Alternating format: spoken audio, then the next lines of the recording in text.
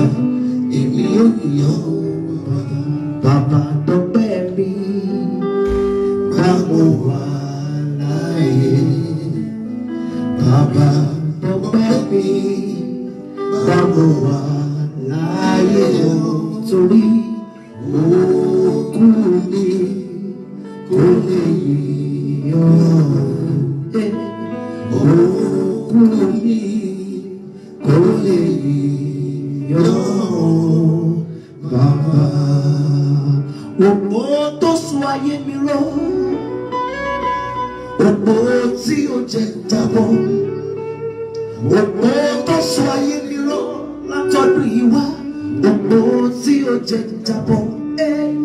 Igi lẹ́yìn ọgbà mi, ẹ má ṣe o bàbá. Igi lẹ́yìn ọgbà mi, ẹ má ṣe o bàbá. Ẹ ṣe àyè ọpẹ́ yọ, ẹ ṣe àyè ọpẹ́ tí yọ, ẹ ṣe àyè ọpẹ́ yọ, ẹ ṣe o àyè ọpẹ́ padà yọ. Èló ni mo san fọ́ba ògo, èló ni Jésù mi gbà, èló ni mo san fọ́ba ògo, fóore rẹ̀ lórí mi. Kì í ṣe mi mọ̀ ọ́ ṣe, kì í ṣe agbára mi, kì í ṣe títóbi mi lẹ́fi dá mi sí o bàbá. Àwọn tí ò tó mi wọ́n ti jáde láyé, àwọn tí ò tó mi wọ́n ò sí lórí ẹ̀pẹ̀ mọ́. Kì í ṣe títóbi mi lẹ́fi dá mi sí o bàbá. Ọlọ́run kì í ṣe mi mọ̀ ọ́ ṣe, kì í ṣe agbára mi, kì í ṣe títóbi mi lẹ́fi dá mi sí o bàbá. Bó jẹ́ ènìyàn ló dúró ni wọ́n ti máa sọ̀rọ̀, bó jẹ́ ènìyàn ló dúró ni wọ́n ti sá lọ, bó jẹ́ ènìyàn ló dúró ni wọ́n ti máa sìnrẹ́kọ̀. Omi dúró mi ẹ ṣé o.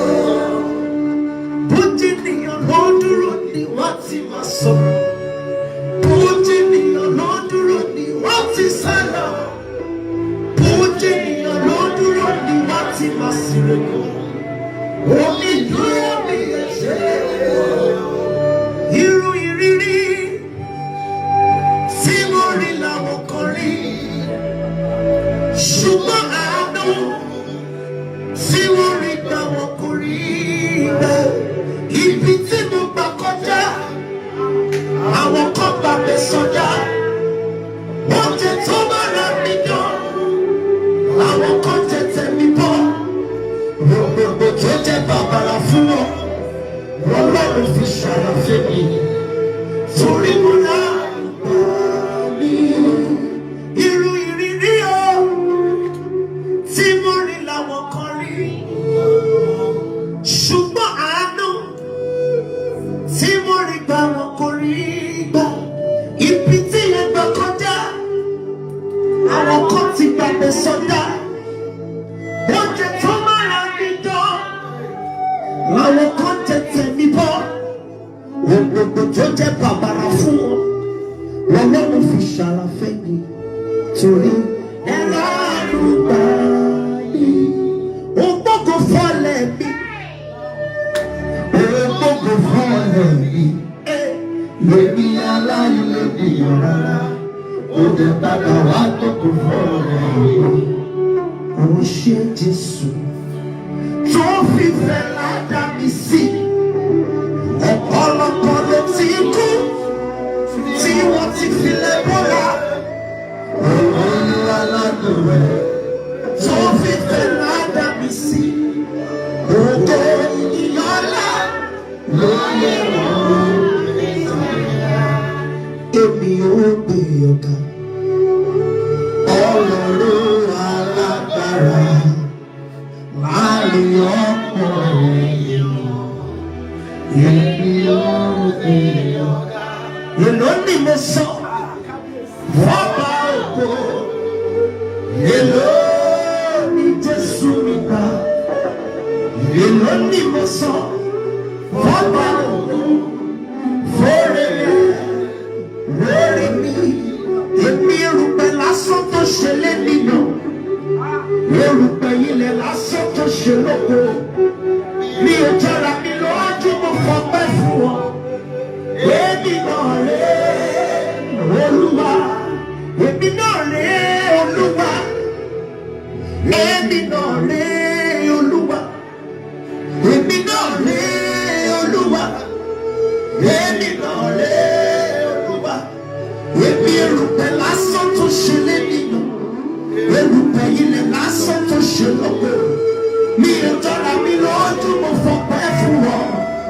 Èmi náà rè Olúwa. Èmi lẹni táyé ti rò wípé kò lè dá ọkùnrin ṣe, ṣùgbọ́n mo rí àánú rẹ̀ gbà.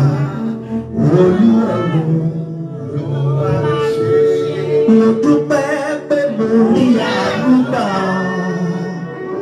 Mo dúpẹ́ pé mo rí àánú gbà. Torí kì í ṣe gbogbo ènìyàn mo rí àánú gbà. Ọ̀pọ̀ ẹgbẹ́ mi ti kú, ọ̀pọ̀ ẹgbẹ́ mi ti lọ, ọ̀pọ̀ ló wà lẹ́wọ̀n, ọ̀pọ̀ ló ṣe báyìí kiri. Bébí ọba lè dúpẹ́ àjẹpẹ́ mi. Ọlọ́run tó tóbi, Ọlọ́run bàbá àgbà, Ọlọ́run tó tóbi, Ọlọ́run bàbá àgbà. Torí pé ayé ọba ó fọwọ́ ṣe òpin, ọ̀run ọba ó fàyè ṣàkótì ti ṣe. Ọlọ́run tó tóbi, Ọlọ́run bàbá àgbà. Now we want to give God praise. We just want to thank God on behalf of our sister, our mother, our auntie, our everything, because it is just the grace of God and it is just by the mercy of God. So wherever you're watching from, join us and let's praise God together this morning. Hey, Father, we give you praise. We thank you, Jesus. Be thou exalted in Jesus' name. Hey, come on, move your body, shake your body, shake your body.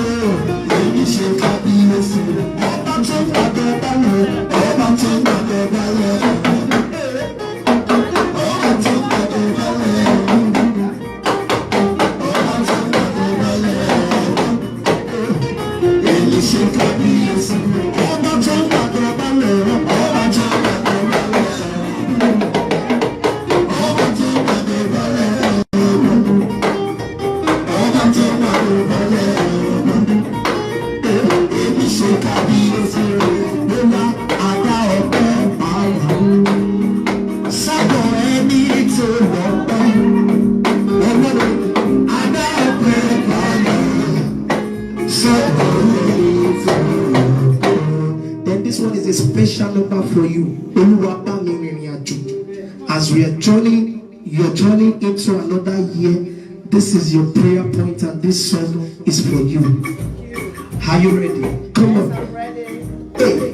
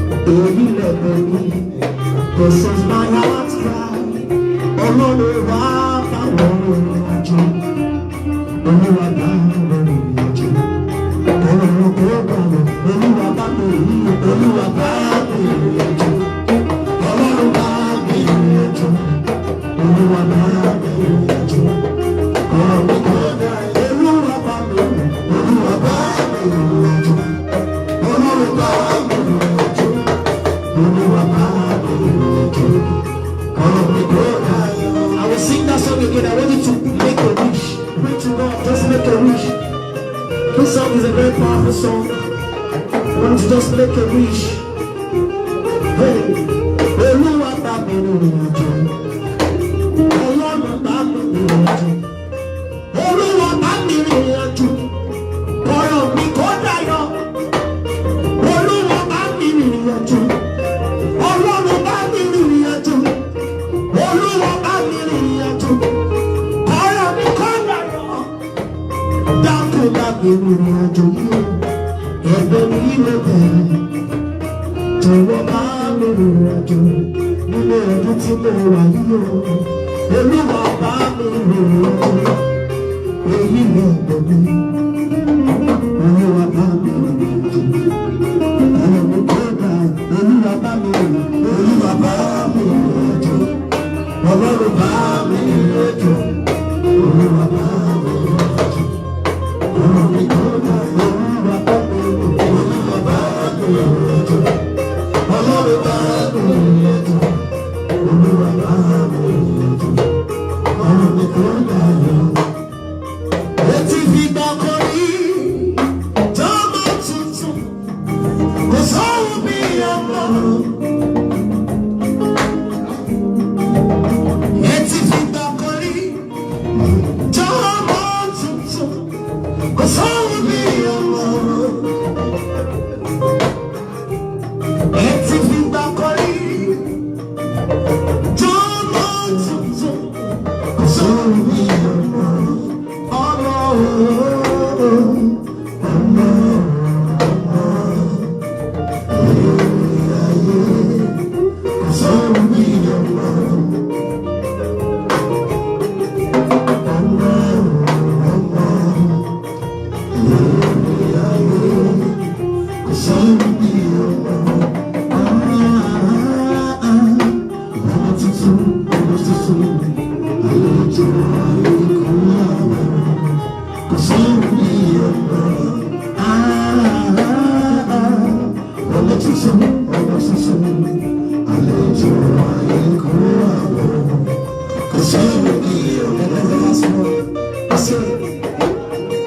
láti bí ọdún títí dọ̀wọ́. Àwọn tọ́pọ̀ ìlú ikú. Mo rágbòrò délé olóòtú ọ̀rọ̀ sí òfin àyíká. Bàbá ọ̀ṣọ́ mi, orí rẹ̀ yìí ọ̀rọ̀ àkọ́rọ́. Láti àkọ́rọ́ títí dọ̀mọ́ ìrìnsẹ̀, ó ṣọ́ mi rẹ̀. Títí òfin wá. Ìgbà tí mo rò iṣẹ́ ìyanu ayé mi, mo wá rí pé ó máa rògbò. Ìgbà tí mo rò iṣẹ́ ìyanu ayé mi, ó gbé ọ̀gá, ó gbé ọ̀gá, ó gbé ọ̀gá.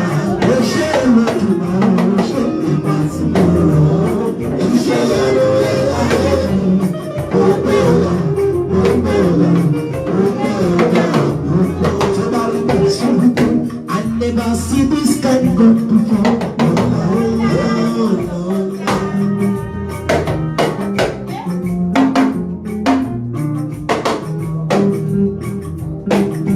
Okay, special request. The song is by my mother. Okay. Mama, baby,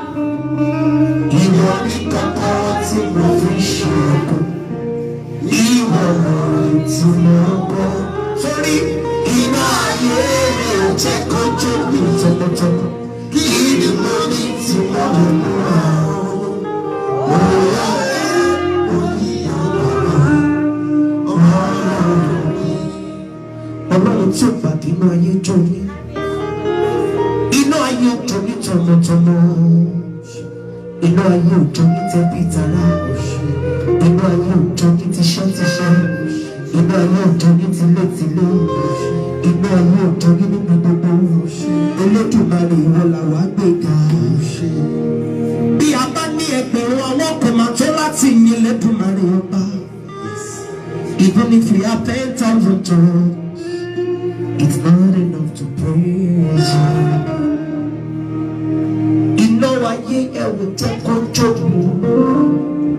Kí ni àmì tí wà lẹ́nu a sọ pé àwọn ọ̀rẹ́ ní ọ̀gbọ̀n mo mọ rírì rẹ torí náà ni mo ṣe yíyan. Èmi mọ rírì rẹ torí náà ni mo ṣe ń dúpẹ́. Èmi mọ rírì rẹ torí náà ni a ṣe yíyan. Fathia Williams mọ rírì rẹ torí ẹ̀ ló ṣe ń dúpẹ́ ọ̀pẹ. Ọlọ́run tẹ́wọ́ gbà ìwọ.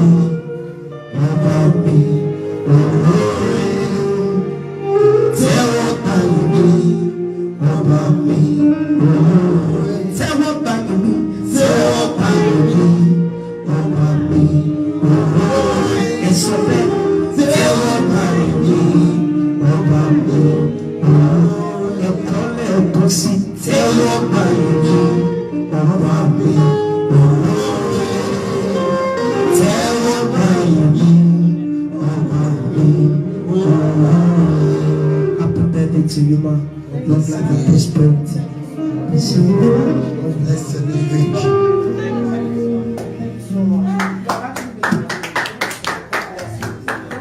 Uplift this band. Amen. Lord. Happy